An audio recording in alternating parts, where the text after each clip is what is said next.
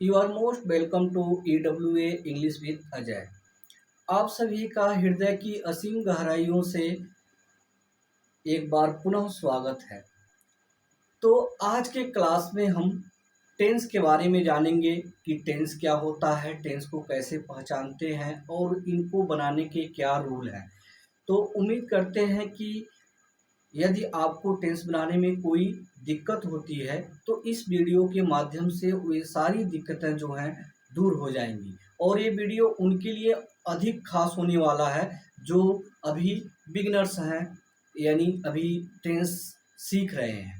तो चलिए आज की क्लास में हम देखते हैं सबसे पहले टेंस के बारे में कि टेंस क्या होता है। तो यहाँ पर देखेंगे टेंस टेंस मीन्स क्या होता है, काल या समय। यानी समय जो है या काल है वह उसे हम कैसे डिफाइन करेंगे कि समय या काल क्या होता है। तो चलिए पहले हम डिफाइन करते हैं। A tense is the form of verb. तो क्या कह रहा है कि a tense is the form of verb that shows the time of an action in present, past और फ्यूचर। तो यहाँ पे क्या कह रहा है, इस डेफिनेशन को समझते हैं। कह रहा है a tense is the form of verb. यानी टेंस क्या होता है, यानी क्रियाओं के रूप जो होते हैं वही टेंस का निर्माण करते हैं। यानी आप अंग्रेजी में क्रियाओं के रूप पढ़े हैं कि how many kinds of form of verb. तो मोस्टली तो आप 3 तरह के पढ़े हैं, लेकिन अब मॉडर्न इंग्लिश में क्या होता है, वर्ब के 5 रूपों को बताया गया है। तो उन 5 के बारे में भी हम आगे चर्चा करेंगे। Current date shows the time of an action. यानी वो क्या करते हैं, यानी किसी कार्य के होने के समय को दिखाते हैं। किसमें, इन प्रेजेंट यानी वर्तमान में, पास्ट यानी भूत में और फ्यूचर या भविष्य में। तो आपको पता चल गया कि यानी टेंस क्या है, बस क्रियाओं के वे रूप होते हैं जो किसी कार्य को वर्तमान में, भूत में या भविष्य में दिखाने का कार्य करते हैं। तो अब यहाँ पे हम देखेंगे कि यहाँ पे ही क्लियर हो गया है कि 3 यानी प्रेजेंट, पास्ट और फ्यूचर। तो यही 3 क्या है, यानी काल है, यानी टेंस है। इन्हीं के अंतर्गत सारी घटनाएं घटित होती हैं। और आपको पता भी है, जो लोग टेंस को पढ़े हैं जानते हैं कि अब इनके भी 4-4 पार्ट होते हैं, 4-4 भाग होते हैं। तो उन्हें भी हम समझेंगे। लेकिन सबसे पहले हम क्या देखेंगे कि टेंस के बारे में, टेंस को कैसे पहचानते हैं। तो चलिए एक पहचान के लिए हम पहले आगे बढ़ते हैं। तो सबसे पहले हम देखेंगे काइंड्स ऑफ टेंस या टाइप्स ऑफ टेंस। तो यहाँ पे आपको दो भाई मार्कर मेरा धोखा दे रहा है क्या। काइंड्स ऑफ टेंस यानी टेंस के प्रकार या टाइप्स ऑफ टेंस। तो आपने यहाँ पे ही देख लिया कि 3 होते हैं। तो 3 कौन कौन होते हैं उनको पहले हम यहाँ पे देखेंगे। तो देखिए टेंस के 3 प्रकार कौन कौन है। तो पहला प्रकार क्या है, यानी पहला आपका है प्रेजेंट टेंस। और दूसरा क्या है आपका पास्ट टेंस। और तीसरा क्या है आपका फ्यूचर टेंस। ठीक है। तो यहाँ पे टेंस के 3 प्रकार हैं। आपको ध्यान रखना है कि समय को 3 कैटेगरी में बांटा गया है। यानी एक का नाम क्या है प्रेजेंट टेंस, दूसरे का नाम क्या है पास्ट टेंस और तीसरे का नाम क्या है फ्यूचर टेंस। तो प्रेजेंट टेंस का मतलब क्या होता है, वर्तमान काल,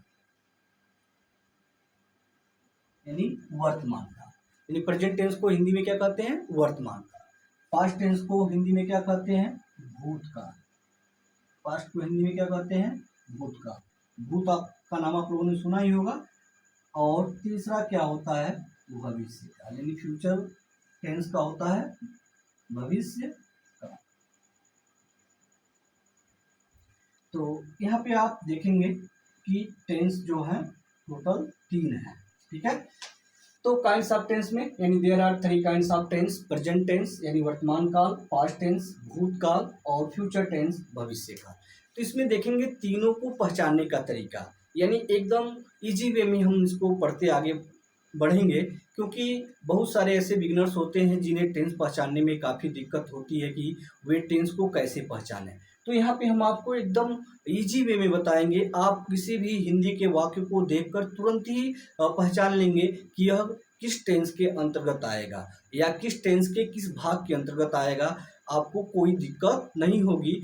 जब आप पहचानना सीख जाएंगे तो पुनः आप उन्हें ट्रांसलेट करना भी सीख जाएंगे, क्योंकि कहा गया है ना, जब चिन्होगे तभी कीनोगे। यानी ये भोजपुरी में हमारे गांव देहात में क्या है, एक कहावत प्रसिद्ध होता है कि जब चिन्होगे तभी कीनोगे। तो वैसे ही जब आप इसे पहचानोगे तभी जाके बना पाओगे। अगर नहीं पहचान पाते हो तो फिर बनाना तो असंभव ही है। तो चलिए सबसे पहले देखेंगे पहचान क्या है। तो छोटा छोटा पहचान है, जल्दी जल्दी हम देख सकते हैं और उन्हें जान सकते हैं, और आप वाक्यों को देख के फटाफट फटाफट एकदम पहचान लोगे भैया ये तो प्रेजेंट है, पास्ट है या फ्यूचर हो। तो इसमें चलो आप देखते हैं क्या पहचान है। तो देखिए जो प्रेजेंट टेंस के वाक्य होते हैं, यानी जो भी प्रेजेंट टेंस के वाक्य होंगे तो उनके वाक्य के अंत में क्या आता है, यानी है, हूं या हो आता है।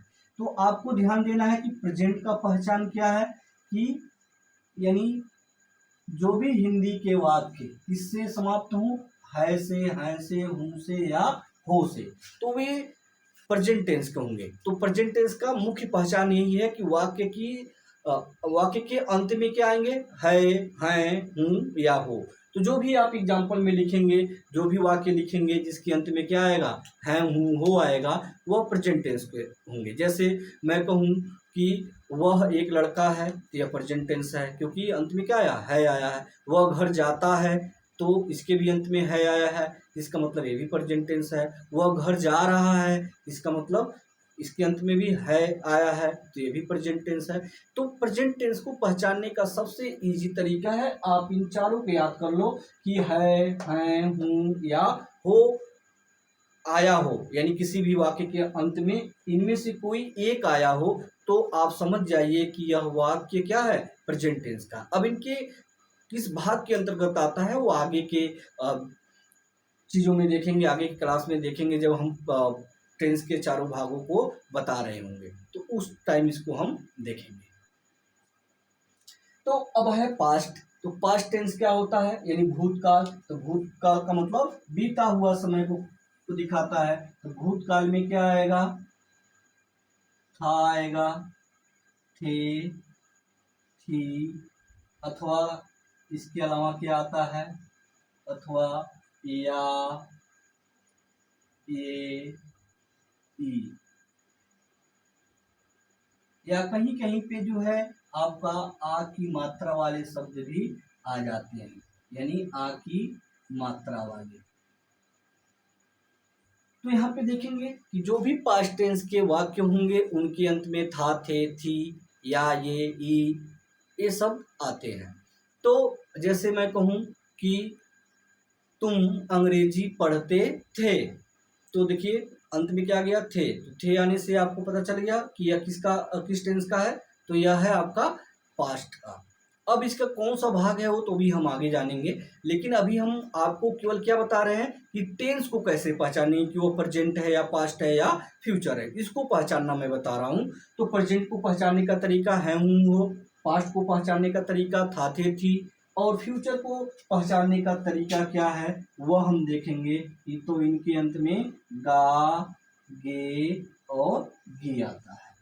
तो यहाँ पे आपको तीनों को देख लिए कि तीनों टेंस के वाक्यों को हम कैसे पहचानेंगे। तो पहचान एकदम इजी है। प्रेजेंट के लिए है हूँ हो, पास्ट के लिए था थे थी और फ्यूचर के लिए गागेगी। इसी पे आपको फोकस करना है। अगर किसी वाक्य के अंत में इन तीनों में से कोई एक आता है तो उसी के अकॉर्डिंग आप क्या करेंगे, टेंस की पहचान करेंगे।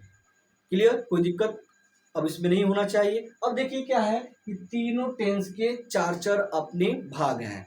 तो चारों भाग के नाम आपको पता ही है, तो उनको भी एक बार देखेंगे। तो अब इसमें कोई दिक्कत होगा या कहिए तो थोड़ा एग्जाम्पल के माध्यम से भी समझा देते हैं कि कैसे हम पहचानना है। तो यहाँ पे हम एग्जाम्पल लेते हैं और एग्जाम्पल में आपको समझाने की कोशिश करते हैं कि कैसे आपको पहचानना है। देखिए एग्जाम्पल, तो यहाँ पे देखेंगे एग्जाम्पल में जैसे वह आम खाता था। तो देखिए सबसे पहले हमें क्या करना है कि टेंस को पहचानना है। ठीक है, तो टेंस को पहचानना है तो वाक्य जो है, वाक्य का सबसे अंतिम जो शब्द है इसी पे आपको फोकस करना है और देखना है कि वाक्य का जो अंतिम शब्द है वह क्या है। इसमें देखिए था आ गया है, तो आपको पता है कि था थे थी किस में आता है, पास्ट में। इसका मतलब ये क्या है, पास्ट टेंस का वाक्य है। अब देखो सारे वाक्य में वही चीज रहेगा, यहाँ पे केवल अंतिम वाला बदल जाएगा। जैसे वह आम खाता है, तो क्या हो गया, यानी सारे वाक्य में शब्द वही है, केवल अंतिम वाला बदल गया, था के जगह पे क्या हो गया, है हो गया। तो इसका मतलब कि अब है हूँ हो किस टेंस में आता है, प्रेजेंट में। तब यहाँ पे हो जाएगा वह आम खाता है, तो ये किस टेंस में हो जाएगा, प्रेजेंट टेंस में। तो देखिए बहुत इजी है, अगर आप थोड़ा सा ध्यान देंगे तो आप इन्हें पहचान पाएंगे। तो यहाँ पे देखिए अगला, जैसे वह आम खाएगा, तो देखिए यहाँ पे अंत में क्या आ गया, गागेगी आ गया।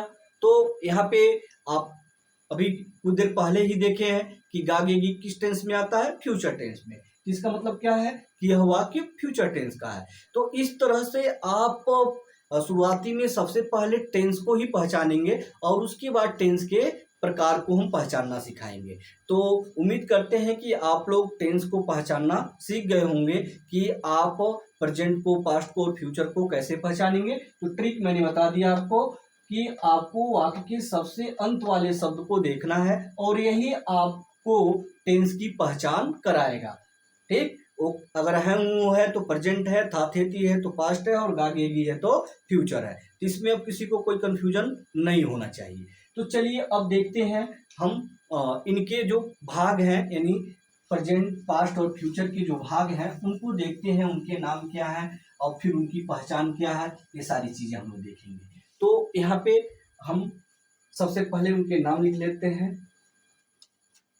यानी पहला भाग जो है क्या है, उसका नाम क्या है, यानी इंडेफिनिट।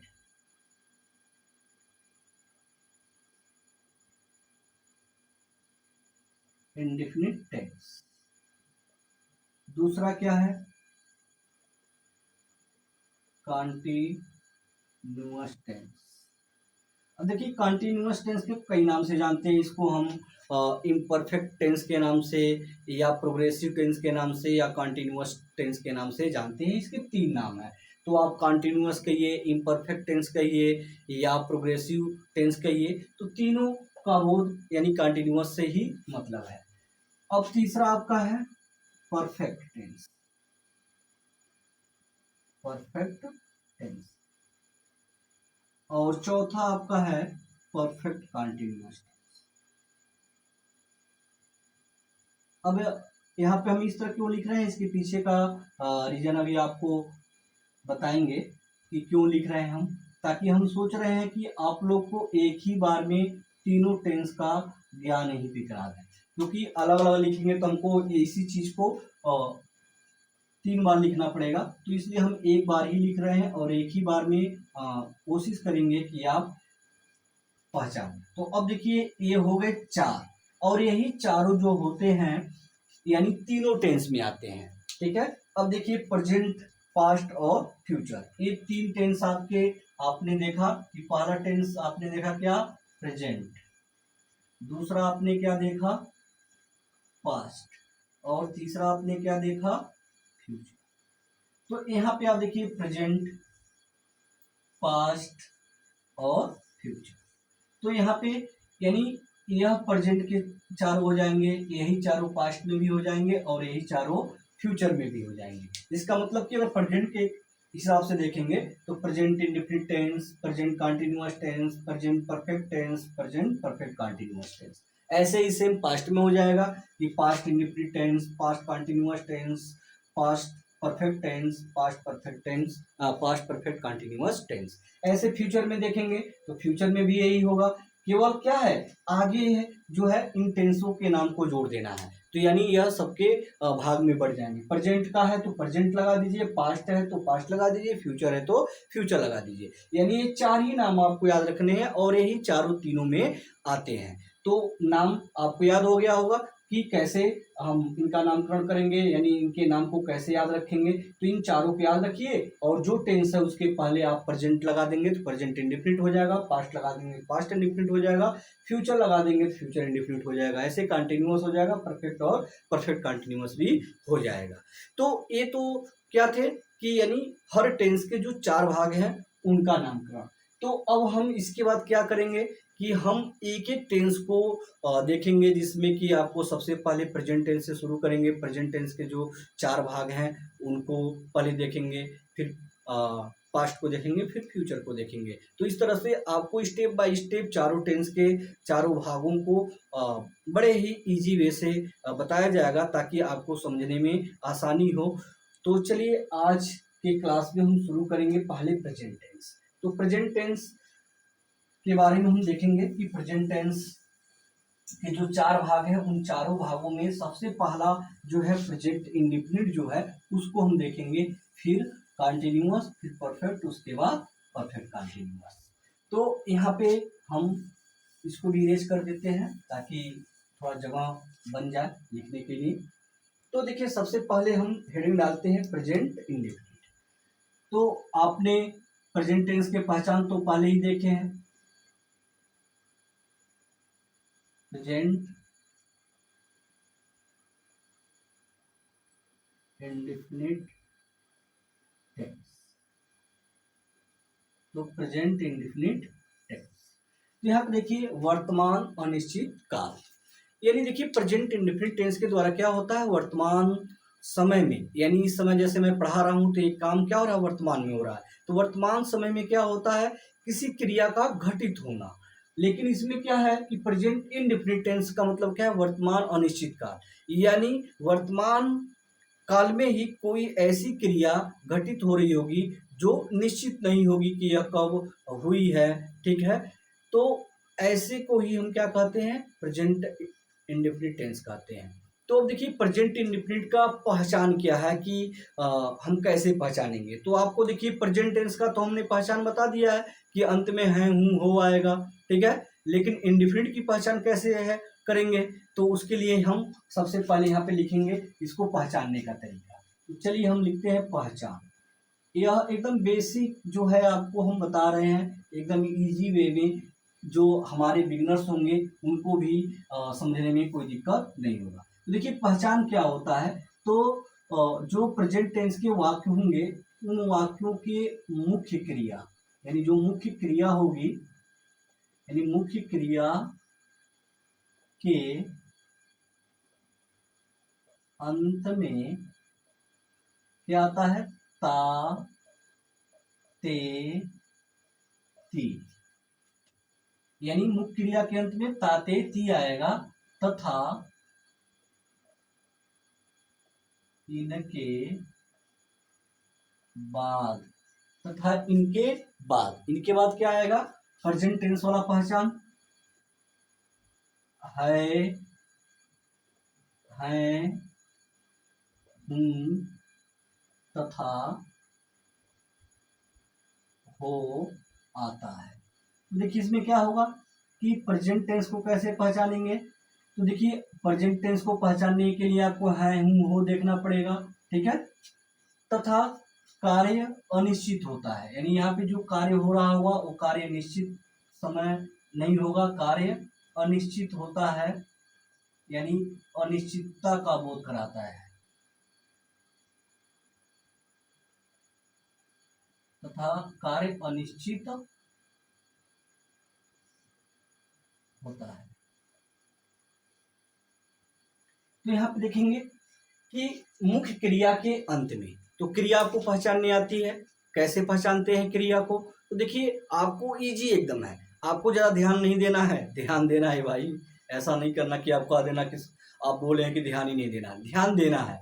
तो आपको क्या करना क्या है, वाक्य को आराम से पढ़िए और देखिए कि उस वाक्य में किस कार्य का होने का बोध हो रहा है। जब वाक्य को पढ़ेंगे तो आपको पता चल ही जाएगा कि इसमें वाक्य में किस तरह का कार्य हो रहा है, कौन सा कार्य हो रहा है। तो जो कार्य हो रहा है वही कार्य क्या होता है, क्रिया होता है। तो उस कार्य को बोध कराने वाला जो शब्द होगा वही शब्द क्रिया होगा। तो उसी क्रिया के अंत में क्या आएगा, ता ते ती आएगा और उसके बाद है हूँ हो आएगा।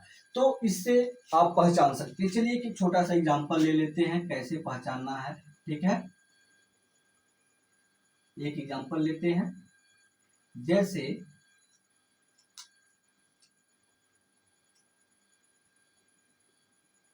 तुम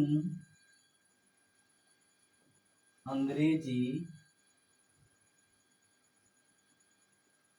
पढ़ते हो, तुम अंग्रेजी पढ़ते हो।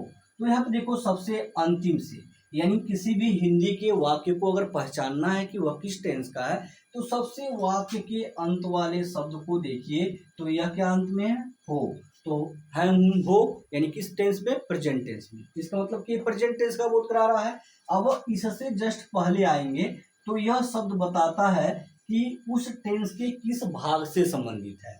तो इसके पहले वाला शब्द, जैसे तुम अंग्रेजी पढ़ते हो, तो क्या काम हो रहा है इसमें, पढ़ने का काम हो रहा है। इसमें क्रिया क्या है, पढ़ना है। तो देखिए क्रिया में मुख्यतः ना नहीं आता है, लेकिन ना नहीं के स्थान पे क्या आ गया है, ते आ गया है, यानी पढ़ते बन गया है।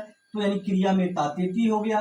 तो अभी आपने पढ़ा क्या कि यदि मुख्य क्रिया के अंत में तातेती और उसके बाद है हूँ हो आए तो क्या होगा, वह वाक्य प्रेजेंट इंडेफिनिट का होगा। तो इस तरह से हम प्रेजेंट इंडेफिनिट को आसानी से पहचान लेंगे। लेकिन कुछ इसमें ऐसे वाक्य आ जाते हैं जिन्हें आप थोड़ा सा मिस्टेक करने की वजह से गलत पहचान कर लेते हैं। जैसे मान लो कोई कह दिया कि वह तोता है, वह तोता है, जिसे आप ध्यान नहीं दिए, देख लिए कि तातेती में से आया है, हूँ में से आया है, तो यह भी प्रेजेंट इंडेफिनिट है।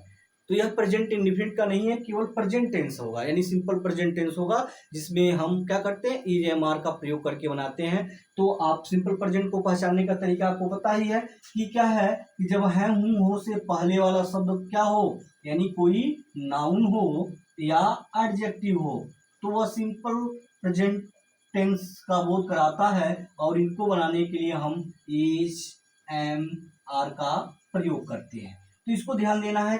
अब यहाँ देखिए पढ़ते क्रिया है, जबकि यहाँ पे तोता क्या है, नाउन है। तो यह नाउन के अंत में तातेती आया है, इसका मतलब कि हमें खोजना क्या है, कि क्रिया के अंत में तातेती आया, न कि किसी नाउन के या एडजेक्टिव के अंत में आया। तो यहाँ पे यह वाक्य गलत हो जाता है। क्यों, क्योंकि यह क्रिया नहीं है, क्रिया के अंत में आएगा तभी जाके वो प्रेजेंट इंडेफिनिट टेंस का बोध कराएगा। तो इस तरह से आप इन तरह के वाक्यों से भी बचना है, नहीं तो आप इन्हें गलत तरीके से ट्रांसलेट कर देंगे। तो जैसे कह दिया कोई वह छाता है, तो उसमें भी आ जाएगा वह जाता है। जाता जानते हैं, यानी गांव में जो चक्की होती है तो उसमें हम बोलचाल में क्या कहते हैं, जाता। तो उसमें जो पीसने का काम होता है। तो इस तरह का वाक्य आपको ध्यान से पढ़ना है और उन्हें समझना है। तो आप यहाँ पे समझ गए होंगे कि हमें कैसे वाक्य को पहचानना है, और पहचानने के बाद शुरू होता है असली खेल। ये तो अभी हम केवल पहचान लिए, अब पहचानने के बाद आता है बनाने के लिए कि हम इसको बनाएंगे कैसे।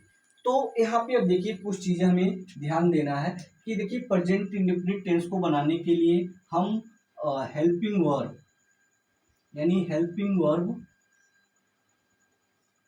जो है यूज करते हैं। और हेल्पिंग वर्ब के रूप में किसको यूज करते हैं, तो हम यहाँ पे डू और डज का प्रयोग करते हैं। तो डू जो होता है यह प्लूरल फॉर्म होता है और डज जो होता है यह आपका सिंगुलर फॉर्म होता है। और बात करें मेन वर्ब का, जो मेन वर्ब यूज होगा वह किस रूप में होगा, जो मेन वर्ब होगा वह दो रूपों में यूज होता है, पहला रूप और या तो पांचवा। तो अब यहाँ पे पांचवा रूप क्या है, तो MB5 को हम क्लियर कर देते हैं कि जो पांचवा रूप बना है वह वर्ब, यानी वर्ब का कौन सा फॉर्म, यानी फर्स्ट वाला फॉर्म, और इसमें हम जब यस या ईएस जोड़ देते हैं तो यह बन जाता है क्या, वर्ब का पांचवा, यानी MB5 बन जाता है। तो देखिए इसमें यस या ईएस जोड़ने के पीछे का कारण क्या है कि आप सब्जेक्ट वर्ब एग्रीमेंट पढ़ते हैं जब, तो उसमें बताता है कि अगर कर्ता एक वचन का है यानी सिंगुलर का बोध करा रहा है तो उसके साथ आने वाला वर्ब या हेल्पिंग वर्ब जो है वह भी सिंगुलर फॉर्म वाला होना चाहिए। तो हम किसी भी क्रिया को अगर सिंगुलर फॉर्म में बदलना चाहते हैं तो क्या करते हैं, उसके अंत में यस या ईएस जोड़ते हैं। अब यस और ईएस कहाँ जुड़ता है, तो यह रूल आपको पता होना चाहिए कि हम कब यस जोड़ते हैं कब ईएस जोड़ते हैं। तो आपको हमने जब नाउन एंड नंबर्स पढ़ाया था तो वहाँ पे नाउन को बहुवचन बनाने के लिए जो रूल था सेम वही रूल यहाँ पे भी अप्लाई होता है कि यदि किसी वर्ब का अंत, यानी कह सकते हैं कि किसी वर्ब के अंत में अगर क्या है, यस आए, डबल यस आए, ठीक है, यस एच आए, उसके बाद ओ आए, तो वहाँ पे हम क्या करते हैं, ईएस जोड़ते हैं। जैसे CATCH कैच, कैच मीन्स होता है पकड़ना, तो CH आ गया है तो इसमें ईएस जोड़ देंगे, ठीक है। GO गो आया तो इसमें ईएस जोड़ देंगे, बाकी के साथ ईएस जोड़ देते हैं। तो यह रूल आपने पढ़ा है तो इसमें हम डीपली नहीं जाएंगे, लेकिन यहाँ पे हेल्पिंग वर्ब के रूप में हम डू और डज का प्रयोग करते हैं। देखिए यहाँ पे डू ही हमारा मेन हेल्पिंग वर्ब है और इसमें ईएस लगा के डज बनाया गया है क्योंकि यह प्लूरल फॉर्म होता है और यह सिंगुलर फॉर्म होता है। तो जो हमारे वाक्य में सब्जेक्ट के रूप में नाउन या प्रोनाउन प्रयोग होंगे तो जब हम क्या करेंगे, वाक्य को ट्रांसलेट करेंगे और इनका प्रयोग सामान्यतः जो होता है अफर्मेटिव सेंटेंस में नहीं होता है। यह कब यूज होंगे, जब वाक्य आपका निगेटिव या इंटरगेटिव होगा तब इनका प्रयोग होगा। लेकिन बाकी टेंस में क्या होता है कि सहायक क्रिया लगते हैं। दो ही ऐसे टेंस में हैं जिनके अफर्मेटिव में सहायक क्रिया यानी हेल्पिंग वर्ब का प्रयोग नहीं होता है, एक प्रेजेंट इंडिफिनिट और दूसरा है पास्ट इंडिफिनिट। पास्ट इंडिफिनिट में सीधे क्रिया का सेकंड फॉर्म आता है, जब नेगेटिव या इंटरगेटिव बनता है तब जाकर उसमें हेल्पिंग वर्ब के रूप में डेट का प्रयोग होता है। सेम वैसे ही इसमें भी अफर्मेटिव में आप सहायक क्रिया का प्रयोग नहीं करेंगे, जब आपका वाक्य निगेटिव या इंटरगेटिव होगा तब इसका प्रयोग करना है। लेकिन मैं पहले ही लिख दिया हूँ ताकि आपको यह क्लियर रहे कि इस टेंस का सहायक क्रिया क्या है, यानी इस टेंस में सहायक क्रिया के रूप में किसको यूज करते हैं, डू और डज। तो डू प्लूरल यानी जो नाउन या प्रोनाउन सब्जेक्ट के रूप में यूज होंगे, अगर वो प्लूरल है तो डू का प्रयोग होगा, अगर सिंगुलर है तो उनके साथ डज का प्रयोग होगा। और क्रिया भी वैसे ही है, जब हम अफर्मेटिव को बनाएंगे तो जो प्लूरल वाले फॉर्म होंगे यानी जो नाउन बहुवचन होंगे उनके साथ MB1 और जो एक वचन होंगे उनके साथ MB5, यानी क्रिया में एस या ES वाला फॉर्म लगाना होगा। तो यहाँ पे आपने समझ लिया। अब चलते हैं हम लोग आगे। सबसे पहले हम अफर्मेटिव सेंटेंस को देखेंगे कि अफर्मेटिव सेंटेंस को कैसे बनाते हैं। तो अफर्मेटिव मतलब क्या होता है, सकारात्मक वाक्य, अफर्मेटिव सेंटेंस। तो अफर्मेटिव सेंटेंस को बनाने के लिए सबसे पहले अफर्मेटिव सेंटेंस के स्ट्रक्चर को देखेंगे कि यानी इनका जो स्ट्रक्चर है, वाक्य की जो संरचना है कैसे होती है। तो देखिए हिंदी के वाक्य जो होते हैं उनके वाक्य का स्ट्रक्चर अलग होता है, जबकि अंग्रेजी के वाक्यों का स्ट्रक्चर अलग होता है। अब जैसे हिंदी के वाक्य जब हम बनाते हैं तो सबसे पहले कर्ता होता है, फिर कर्म होता है, फिर क्रिया होती है। लेकिन अंग्रेजी के वाक्यों में ऐसा नहीं होता, इसमें कर्ता होगा, फिर क्रिया होगी, फिर कर्म होगा। तो इसमें थोड़ा समझ ही लेते हैं। चलिए यहाँ पे देखते हैं, जैसे मान लीजिए कोई हिंदी का वाक्य है तो जो हिंदी के वाक्य का स्ट्रक्चर होगा, सबसे पहले क्या दिया होगा, कर्ता दिया होगा, फिर कर्म दिया होगा और फिर इसमें क्या दिया होगा, क्रिया दिया होगा। ठीक है, तो जैसे यहाँ देखिए तुम अंग्रेजी पढ़ते हो, तो यहाँ पे तुम क्या हो गया, कर्ता हो गया, अंग्रेजी क्या हो गया, कर्म हो गया, और पढ़ते क्या हो गया, क्रिया हो गया। लेकिन जब इसको ट्रांसलेट करते हैं तो अंग्रेजी के वाक्यों में सबसे पहले क्या देगा, सब्जेक्ट देगा, फिर यहाँ पे आपको वर्ब देगा, और फिर इसके बाद ऑब्जेक्ट देगा। तो इस चीज़ को आपको ध्यान रखना है कि इसमें क्रिया और कर्म के स्थान बदल जाते हैं अंग्रेजी के वाक्यों में। तो इनको थोड़ा सा आपको बता दिए ताकि आपको कंफ्यूजन ना हो। लेकिन हम चलते हैं मुख्य अपने टॉपिक पे, यानी अफर्मेटिव सेंटेंस पे। तो अफर्मेटिव सेंटेंस की ओर बढ़ते हैं। तो इनके वाक्यों का स्ट्रक्चर सबसे पहले लिखते हैं कि क्या स्ट्रक्चर है। तो देखिए स्ट्रक्चर का मतलब होता है वाक्य को बनाने के संरचना, यानी वाक्य में कौन सा शब्द कहाँ पे आएगा। तो यहाँ पे देखिए सबसे जरूरी बात है कि हमें जानना कि कौन सा शब्द पहले लिखा जाएगा, कौन बाद में लिखा जाएगा। देखिए जब हम अफर्मेटिव सेंटेंस को बनाएंगे तो सबसे पहले हमें उस वाक्य के कर्ता को लिखना होता है, यानी सब्जेक्ट। फिर हमें क्या लिखना है, क्रिया यानी मेन वर्ब। अब मेन वर्ब का आपका दो फॉर्म है, यानी MV1 यानी क्रिया का पहला रूप, या MV5 यानी क्रिया का पांचवा रूप। तो पांचवा रूप हमने बताया क्या, यानी एस या ईएस वाला रूप, यानी जिस क्रिया के अंत में एस या ईएस लगे होंगे। इसके बाद हमें क्या लिखना है, ऑब्जेक्ट, और इसके बाद हमें क्या लिखना है, कॉम्प्लीमेंट, और लास्ट में फुल स्टॉप लगा लेंगे। ठीक है, तो यहाँ पे देखिए यही वाक्य का आपका स्ट्रक्चर है, वाक्य को बनाने की एक संरचना कह सकते हैं। इसके अकॉर्डिंग हमें किसी भी वाक्य को ट्रांसलेट करना है। अगर हम इसके अकॉर्डिंग चलेंगे तो कहीं पे भी मिस्टेक नहीं करेंगे। तो सबसे पहले वाक्य में कर्ता को ढूंढना है, तो आपको ढूंढने आता ही होगा। तो चलिए नहीं आता है तो थोड़ा सा यहाँ पे हम बता देते हैं। देखिए जो भी वर्ब होता है, यानी अगर कोई वर्ब है यानी क्रिया है, तो इस क्रिया में क्या करना है, आपको कौन से प्रश्न करना है। ठीक है, किससे प्रश्न करना है, इस क्रिया में कौन से प्रश्न करेंगे। ठीक है, और प्रश्न करने के बाद अगर आपको कोई क्या मिलता है, उत्तर यानी जवाब मिलता है, तो वही जवाब आपका क्या होगा, यानी सब्जेक्ट होगा। तो चलिए कैसे करते हैं ये देख लेते हैं। जैसे मान लीजिए इसमें क्रिया क्या है, ठीक है, कि पढ़ते, तो कौन पढ़ते हैं, कौन पढ़ते हैं, तो तुम, यानी कौन पढ़ता है, यानी तुम पढ़ते हो। तो ये उत्तर मिल रहा है, यानी क्रिया से पहले हमने कौन से प्रश्न किया कि कौन पढ़ता है, तो फिर इसको पढ़ेंगे तो आपको पता चल जाएगा कि तुम अंग्रेजी पढ़ते हो, यानी कौन पढ़ता है, तुम। तो तुम ही क्या है, इस वाक्य का सब्जेक्ट है। तो ऐसे हम किसी भी क्रिया से पहले अगर कौन से प्रश्न करते हैं तो उस वाक्य के सब्जेक्ट का पता चल जाता है। तो अगर आपको सब्जेक्ट पहचानने में दिक्कत होती है तो आप इस ट्रिक को आजमा लेंगे, यानी इस ट्रिक का प्रयोग करके आप कर्ता को ढूंढ लेंगे और उसको ही सबसे पहले वाक्य में लिखेंगे। फिर हमें क्या लगाना है, यानी क्रिया लगाना है। जैसे यहाँ पे क्रिया है तो इस क्रिया की स्पेलिंग हमें लिखनी पड़ेगी। लेकिन आपको ध्यान देना है, यहाँ पे क्रिया के दो फॉर्म में से कोई एक फॉर्म ही यूज होगा, या तो पहला फॉर्म या तो पांचवा फॉर्म।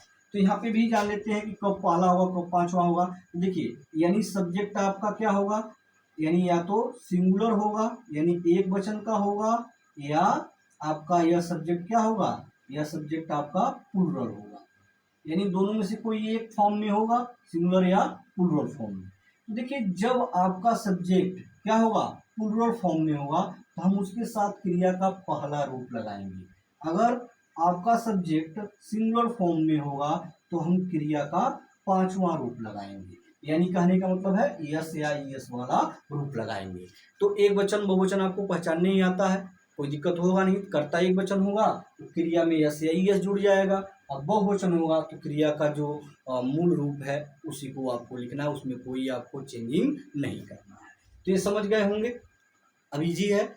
अब चलते हैं एग्जाम्पल लेते हैं। तो एग्जाम्पल एक लेते हैं कि कैसे इसको हम ट्रांसलेट करेंगे।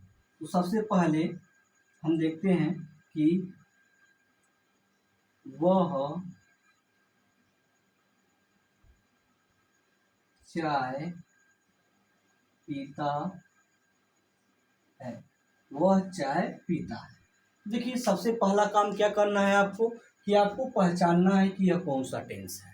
तो इसे पहचानने के लिए आपको क्या करना है, यानी सबसे पहले वाक्य के अंत वाले शब्द को देखेंगे। तो अंत में क्या दिया हुआ है, तो है हूँ हो किस टेंस के अंत में आता है, तो प्रेजेंट टेंस के अंत में आता है। तो चलिए यहाँ से क्लियर हो गया कि यह किस टेंस का वाक्य है, प्रेजेंट टेंस का।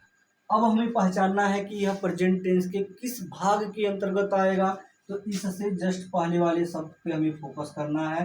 तो देखिए यहाँ पे क्या है, पीता यानी पीना, यानी पीना क्या होता है, क्रिया होता है, और ना के स्थान पे ता हो गया है, यानी क्रिया के अंत में ता कर दिया गया है, यानी पीता हो गया। तो यहाँ पे देखेंगे क्रिया में ता तेती, तो आपने अभी पढ़ा कि क्रिया के अंत में ता तेती तथा इनके बाद है हूँ हो आए तो वह क्या होगा, यानी प्रेजेंट इंडेफिनिट होगा। तो इसका मतलब कि यह वाक्य क्या है, प्रेजेंट इंडेफिनिट है। अब यहाँ पे देखिए एक चीज और आता है कि यह वाक्य किस प्रकार का, यानी सेंटेंस किस प्रकार का सेंटेंस है, यानी व्हाट काइंड्स ऑफ सेंटेंस, तो अफर्मेटिव, निगेटिव, इंटरगेटिव या इंट्रोगेटिव निगेटिव। तो यहाँ पे ये भी समझ लें कि अफर्मेटिव क्या होता है, नहीं सकारात्मकता का बोध कराने वाले जो वाक्य होते हैं वह अफर्मेटिव होते हैं, और निगेटिव जो नकारात्मकता का बोध कराए, यानी जिनमें नकारात्मक शब्द दिए हों, जिसको हम क्या बोलते हैं, एडवर्ब ऑफ निगेशन दिए हों। तो आपने पढ़ा होगा जैसे नेवर है, नॉट है, नो है, ये सब क्या है, नकारात्मकता का बोध कराते हैं। तो यह एडवर्ब होते हैं, यानी क्रिया की विशेषता बताते हैं, जिन्हें हम एडवर्ब ऑफ निगेशन के नाम से जानते हैं। हम बहुत बार पढ़ चुके होते हैं, नॉट का प्रयोग करते हैं, नो का प्रयोग करते हैं, या निगेटिव वर्ड का जो प्रयोग करते हैं, नेवर का प्रयोग करते हैं। तो हमें ये समझ में केवल यही आता है कि नहीं दिया है तो लगा दिए हैं, लेकिन नहीं क्या करता है, यानी क्रिया की विशेषता बताता है कि क्रिया कैसी है, नकारात्मक है। तो क्रिया की विशेषता बताने वाला शब्द क्या कहलाता है, एडवर्ब कहलाता है, और एडवर्ब के अंतर्गत जो है यह एडवर्ब ऑफ निगेशन होता है, यानी क्रिया की नकारात्मकता का बोध कराने वाला विशेषण होता है। तो यहाँ पे आप समझ गए होंगे ये भी चीज एक। तो चलिए देखिए यहाँ पे न तो नहीं दिया न है, ऐसा भी नहीं है कि नहीं दे देगा तो ये क्या हो जाएगा, नकारात्मक हो जाएगा, प्रश्न पूछ देगा तो प्रश्नवाचक यानी इंटरगेटिव हो जाएगा, लेकिन ऐसा कुछ नहीं है, यानी ये सकारात्मकता का बोध करा रहा है, इसका मतलब यह अफर्मेटिव सेंटेंस है। तो अफर्मेटिव सेंटेंस को बनाने का रूल यानी स्ट्रक्चर आपका यहाँ दिया है कि सबसे पहले वाक्य का जो कर्ता होगा उस कर्ता को हम क्या करेंगे, ढूंढेंगे, और उस कर्ता का ही स्पेलिंग सबसे पहले लिखना है, उन्हीं उस कर्ता को लिखना है। तो देखिए यहाँ पे पीता क्रिया है, कौन पीता है, तो वाक्य को पढ़िए, यानी कौन पीता है, तो वह यहाँ पे क्या हो जाएगा आपका, यानी हमने आपको बताया कि कौन से प्रश्न करने पे कर्ता का पता होता है, तो यह हो गया आपका सब्जेक्ट। अब चलिए ऑब्जेक्ट को कैसे ढूंढते हैं, तो देखिए इसी क्रिया में क्या करेंगे, हम क्या से या किसको से प्रश्न करेंगे, यानी जब हम किसी क्रिया में क्या और किसको से क्या करते हैं, इसमें हम जब प्रश्न करेंगे तो हमें कोई न कोई उत्तर मिलेगा या नहीं भी मिलेगा। अगर कोई उत्तर आपको मिलता है, यानी कोई आंसर मिलता है, तो वही आंसर आपका क्या कहलाएगा, ऑब्जेक्ट कहलाएगा। चलिए इसको भी देख लेते हैं कैसे। अब देखिए पीता क्रिया है, इससे पहले क्या से हम प्रश्न कर लेते हैं, क्या पीता है, फिर वाक्य को पढ़िए, तो क्या पीता है, चाय, तो ना वह चाय पीता है, तो क्या पीता है, चाय, तो चाय उत्तर मिला आपको, तो क्या हो जाएगा आपका ऑब्जेक्ट हो जाएगा। अब यहाँ क्रिया आपको बताई दी है कि जो कार्य हो रहे हैं वही कार्य क्या हो जाएगा, क्रिया यानी वर्ब हो जाएगा। तो हमने तीनों को ढूंढ लिया। और आप एक चीज ये भी ध्यान रखेंगे कि प्रेजेंट टेंस में है हूँ के लिए इज एम आर का प्रयोग नहीं करना है आपको, नहीं तो आप इज एम आर का प्रयोग करने लगेंगे तो वाक्य गलत हो जाएगा, क्योंकि प्रेजेंट टेंस में क्रिया जो होती है, क्रिया ही वर्तमान को बोध कराती है, और उसमें है हूँ हो छिपा होता है। तो यहाँ पे देखेंगे अब इसी चीज को क्या करना है, इस ऑर्डर में लगा देना है। तो सबसे पहले हम सब्जेक्ट, वर्ब, ऑब्जेक्ट, ये तीनों मिल गया। कॉम्प्लीमेंट क्या होता है, पूरक, यानी कुछ एडिशनल जानकारी जो क्रिया के बारे में हो, यानी इसको क्या बोलते हैं, कॉम्प्लीमेंट। ठीक है, तो कॉम्प्लीमेंट है नहीं तो हम छोड़ देंगे। तो सबसे पहले सब्जेक्ट को लिखेंगे, तो यहाँ पे ही हो जाएगा, यानी वह के लिए हम किसका यूज करेंगे, ही का, क्योंकि सी मतलब भी हुआ होता है, लेकिन यहाँ पे पुल्लिंग का बोध करा रहा है, यानी कोई पुरुष का बोध हो रहा है तो ही, अगर स्त्री का बोध होता तो सी का प्रयोग करती है। अब यहाँ पे देखिए हमने लिख लिया क्या, सब्जेक्ट हमने लिख लिया। अब हमें क्रिया लिखना है। क्रिया क्या है, पीना, तो पीना के लिए ड्रिंक, लेकिन बहुत सारे जगहों पे मिलता है कि ड्रिंक का कब हम प्रयोग करते हैं, जब किसी कोल्ड चीज़ों को पीते हैं, यानी जिनको हम एक बार में घट-घट करके पी जाते हैं। लेकिन अगर हम किसी चीज़ को यानी हॉट पेय पदार्थ जो होते हैं, उनको अगर लेते हैं, धीरे-धीरे चुस्की लेके लेते हैं, तो उनको हम ड्रिंक के स्थान पे टेक का प्रयोग कर लेते हैं। तो यहाँ पे यानी ही टेक हो गया। लेकिन आपको क्या देना है कि अगर कर्ता क्या है, सिंगुलर है, तो क्रिया का पांचवा रूप यानी क्रिया में क्या लगना चाहिए, यानी यस या ईएस लगना चाहिए। ठीक है, तो यह क्रिया क्या है, ही क्या है, सिंगुलर का है, तो इसमें हम क्या करेंगे, यस लगा देंगे।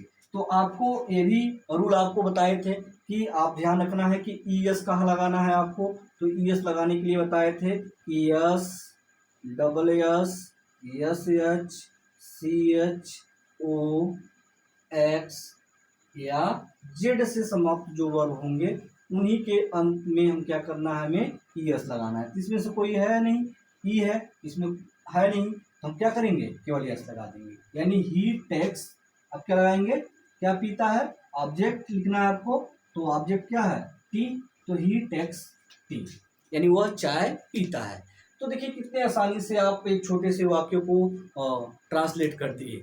छोटा है तो भाई आसानी से ट्रांसलेट हो ही जाएगा, लेकिन क्या है कि यह शुरुआती है, यानी जब हम किसी चीज़ को सीखना प्रारंभ करते हैं तो छोटे छोटे वाक्यों से ही सीखना प्रारंभ करते हैं।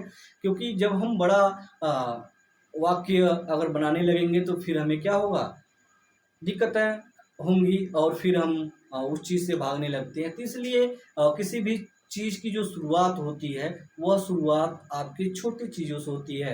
जैसे हम भी अपना शुरुआत किए छोटे से बोर्ड से और अपने बिगड़े हुए मोबाइल से, तो शुरू किए हैं।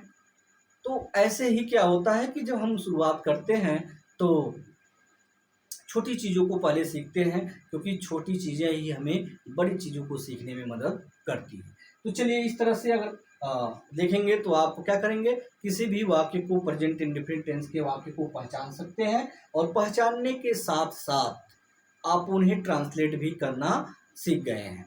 तो अब छोटे छोटे वाक्यों को आप ट्रांसलेट कर सकते हैं। जैसे वह जाता है, क्या हो जाएगा, ही गोज।